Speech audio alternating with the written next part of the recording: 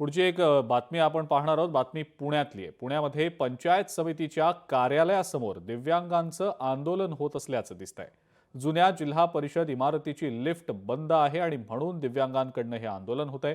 प्रहार संघटनेच्या जिल्हाध्यक्षांच्या नेतृत्वाखाली हे आंदोलन केलं जात आहे।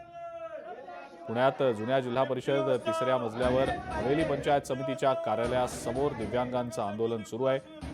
जुन्या जिल्हा परिषदेची लिफ्ट बंद असल्यानं दिव्यांग संघटनांनी हे आंदोलन केलेलं आहे। प्रहार संघटनेचे जिल्हाध्यक्ष धर्मेंद्र सातव यांच्या नेतृत्वाखाली हे आंदोलन सुरू आहे।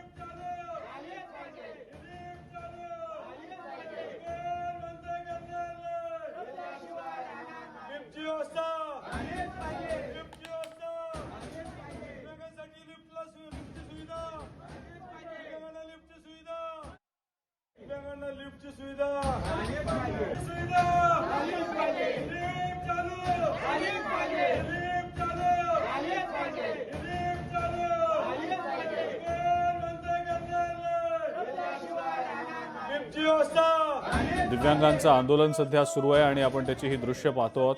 काय नेमकं घडतंय तिकडे जाणून घेऊया। चंद्रशेखर भांगे आपले प्रतिनिधी आपल्या सोबत आहेत सध्या।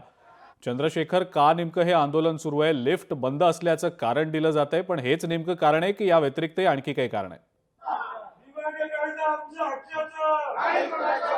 अजिंक्य, मी सध्या पुण्यातील जिल्हा परिषदची जुनी जिल्हा परिषद आहे त्याच्या अगदी दारात आहे। आपण बघू शकतो की या ठिकाणी दिव्यांगाचं आंदोलन सुरू आहे।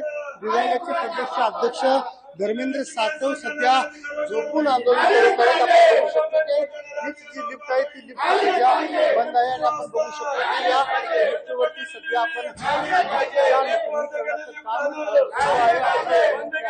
अशी सूचना दिलेली आहे आणि दिव्यांगाचा आक्रमक लिफ्टला बघू शकतो की धर्मेंद्र सातव यांची आपण प्रतिक्रिया झोपून आंदोलन करताय। काय गेली 1 महिन्यापासून इथं पंचायत समिती सरकारी इमारतीची इमारत लिफ्ट बंद आहे आणि इथं पहिल्या दुसऱ्या तिसऱ्या मजल्यावर दिव्यांगांना आपल्या सरकारी योजनेचा लाभ घेण्यासाठी। लोकशाही मराठी ऐका, पहा, जागरूक रहा।